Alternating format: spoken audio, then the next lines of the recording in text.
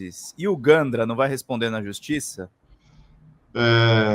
Respondeu o que na justiça? Por ter sido o jurista do golpe? O Gandra é dono dos maiores escritórios de advocacia. Você acha que vai responder pelo quê? Pelas barbaridades que fez assessorando um golpe que está sendo normalizado pela Folha de São Paulo? A gente já deve se dar por satisfeito se o Bolsonaro for condenado.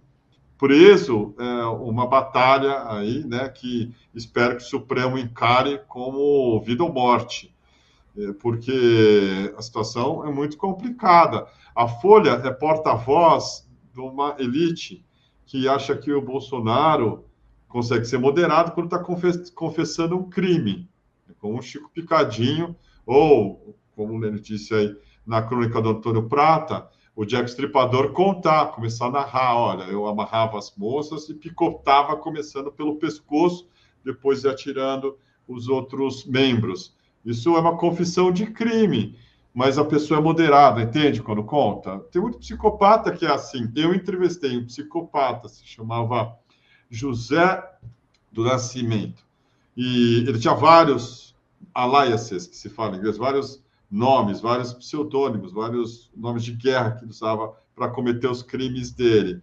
A coisa mais assustadora. Eu passei algumas noites sem dormir, mas ele ia me narrando os crimes que ele cometeu da maneira mais tranquila, com a voz, sem subir um tom, sem alteração de emoção nenhuma, o retrato do psicopata. O Bolsonaro está aí contando o que ele fez para impedir que a pessoa que ganhou as eleições depois dele tomasse o poder, e ele conta para um jornalista mal preparado, uma mulher, que não consegue dizer para ele, mas o senhor estava tentando um golpe de Estado? O senhor sabe o que fez? Está faltando aí, por parte da imprensa, isso não vai acontecer, porque a formação jornalística hoje é terrível, paga-se mal, e quem sobe na carreira se pendura de uma maneira eticamente impossível de ser decente, porque depende do caráter do sujeito ser antipetista.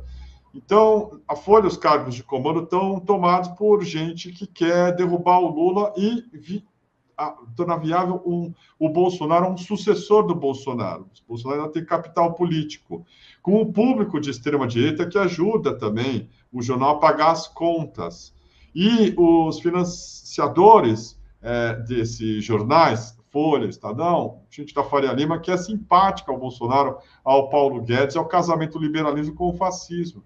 Então fica tudo ali meio mancomunado. Os caras estão juntos.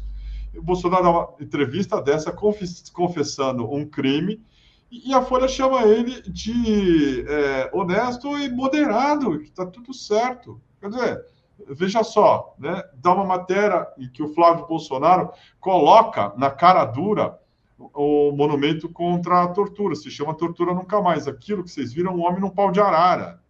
O Flávio Bolsonaro, cujo pai homenageou o brilhante Ustra, torturador condenado na ditadura brasileira, cujo irmão, Eduardo, fugido lá para os Estados Unidos, usava a camiseta do Ustra, está botando uma escultura feita em homenagem às vítimas deles, as vítimas das pessoas que eles amam, que eles adoram, que eles idolatram.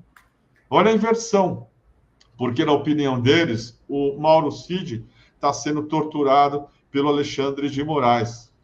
Nós estamos vivendo um momento mesmo que, olha, há uma completa inversão, um mundo bizarro. É um mundo bizarro. O Bolsonaro reclama para si o papel de um homem que está lutando pela democracia e pela liberdade de expressão para poder concorrer em 2026. Porque se ele não puder concorrer, é uma prova de que o Brasil vive uma ditadura do judiciário. Veja só, o Trump admitiu que quer um terceiro mandato contra a Constituição americana. Nem que para isso ele faça o seguinte, o J.D. Vance, que é o atual vice dele, sai como titular da chapa, ele como vice, o J.D. Vance desiste depois e o Trump faz um terceiro mandato. Como é que nós vamos combater isso? Precisa de gente firme, como Alexandre de Moraes e Flávio Dino. Agora a Marine Le Pen se fudeu na França. Importante essa vitória aí. Nós vamos jogar toalha, de jeito nenhum. A Marine Le Pen, líder do Rassemblement National, que é o partido de extrema-direita, a Reunião Nacional, foi declarada inelegível por 5 anos e ela está impedida de concorrer às eleições presidenciais de 2007, que ela estava liderando. Eleições essas em que ela era a favorita. Tá? Olha o que é. A França, o berço da Revolução Francesa, a Revolução Liberal, por excelência. Né? A Marine Le Pen estava na frente das pesquisas. Social-democracia fracassou, o Macron fracassou, a Europa está em decadência. Já vimos esse filme nos anos 30. Quem que acende? A Le Pen. O que pode contê-la? Tem que ser pela lei, tem que ser pelo judiciário. E o que eles vão fazer agora? Tentar cooptar, destruir o judiciário, transformar as cortes num puxadinho desses autocratas aí. Né? Ela recebeu uma sentença de 4 anos de prisão, dos quais 2 serão suspensos. Os outros 2 podem ser cumpridos com tornozeleira eletrônica em vez de sob custódia. Le Pen também foi condenada a uma multa de 100 mil euros. É provável que ela recorra da sentença de prisão, portanto, essa sentença não será aplicada agora. A Le Pen já concorreu 3 vezes à presidência da França e perdeu as últimas 2 para o Macron, mas era favorita para 2027. Ela foi acusada, juntamente com mais de 20 outras altas lideranças do partido, de contratar assistentes que trabalhavam nos assuntos da reunião nacional e não para o Parlamento Europeu, que os pagava. A condenação era esperada, mas não a inelegibilidade.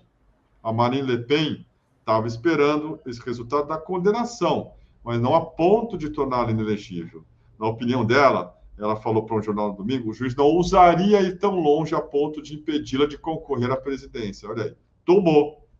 Ela esperava um período de inelegibilidade, mas que ficaria suspenso enquanto aguardava seu recurso, abrindo assim o caminho para uma 4ª candidatura ao cargo em 2027. Outras pessoas, analistas, comentaristas do jornal, também não esperavam, mas é necessário, estão enxergando, né, que isso não pode ficar assim. Seguindo o exemplo do Brasil, nós temos que segurar essa peteca porque não vai ser fácil. Um dos efeitos de uma manifestação atrapalhada como a de ontem é essa sensação de que a gente fracassou. Não fracassou. Aquilo foi uma burrada. É uma demonstração de força do Boulos, que ainda tem uma capacidade de mobilização aqui em São Paulo, depois de ter ido muito mal para a prefeitura. Né? Mas algo mais voluntarista do que qualquer outra coisa. De todo jeito, a gente vai ter que ficar atento, forte, para não ficar pisando em casca de banana. É via judiciário. É via Supremo Tribunal Federal. O Bolsonaro está sendo julgado ali. Não é o plebiscito, não é através também das redes sociais. Aqui onde a gente está fazendo força, que reflete, acho que nas áreas, nos segmentos do Estado brasileiro, que consegue, de fato, conter o avanço da extrema-direita. E nesse momento não é a rua.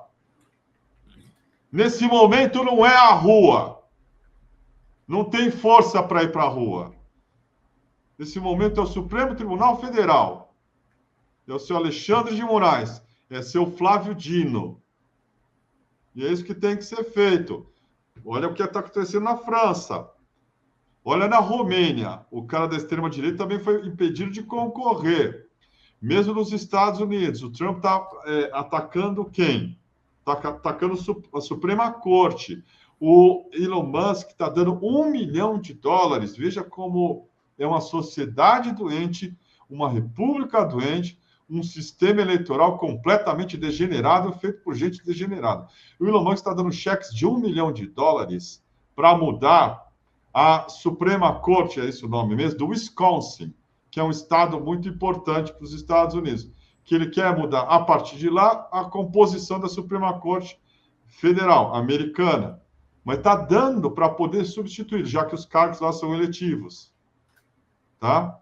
E aí muda a correlação de forças. $1 milhão para quem votar a favor de um juiz para cuja campanha ele deu $14 milhões.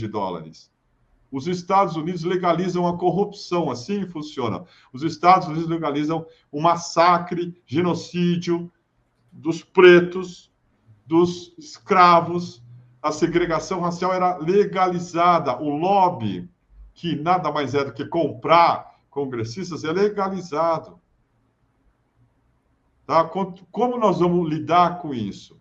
No mundo que tem as redes sociais manipulando, a tia do Zap, o tio do Zap, um monte de velho reacionário ressentido, que não consegue enxergar a realidade a partir de outro prisma que não seja o que aparece no seu celular.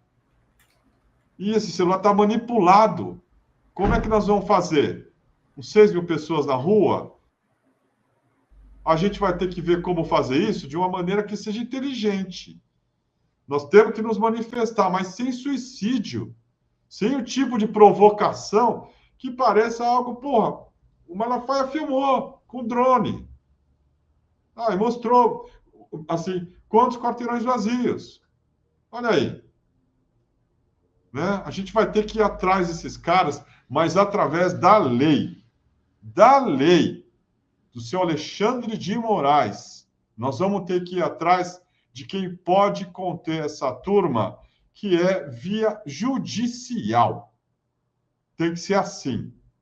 Nós temos que correr atrás do nosso prejuízo e impedir que esses caras voltem ao poder, porque senão nós seremos mortos. Tá? Eu não sei se eu vou ter que sair do Brasil, mas a situação aqui para nós, numa volta via Tarcísio, que também, segundo a Folha, é moderado, segundo o Estadão, é moderado, né, será um desastre para a civilização. Nós temos um senador da República, Flávio Bolsonaro, miliciano, corrupto, bandido, filho de um miliciano, terrorista, bandido, golpista, usando um monumento chamado Tortura Nunca Mais para benefício próprio. Olha o ponto a que a gente chegou. Olha o ponto a que a gente chegou. Nós temos um ex-presidente da República confessando que tentou um golpe e a Folha de São Paulo elogiando o filho da puta. Nós vamos ficar o quê? Achando que tá tudo... Não está normal. Não está. Nós temos que perceber o que está em torno de nós e lutar com o que a gente tem à mão. Não tem maioria no Congresso. Não tem o que a gente possa fazer no mundo ideal. A gente vai ter que fazer o que a gente pode com o que tem possível. Não é isso? A política é a arte do possível. E para nós, ou a gente percebe isso e vai atrás do que nós temos, ao invés de a gente inventar uma quimera, nós vamos encher a Paulista, nós vamos encher... Não vamos.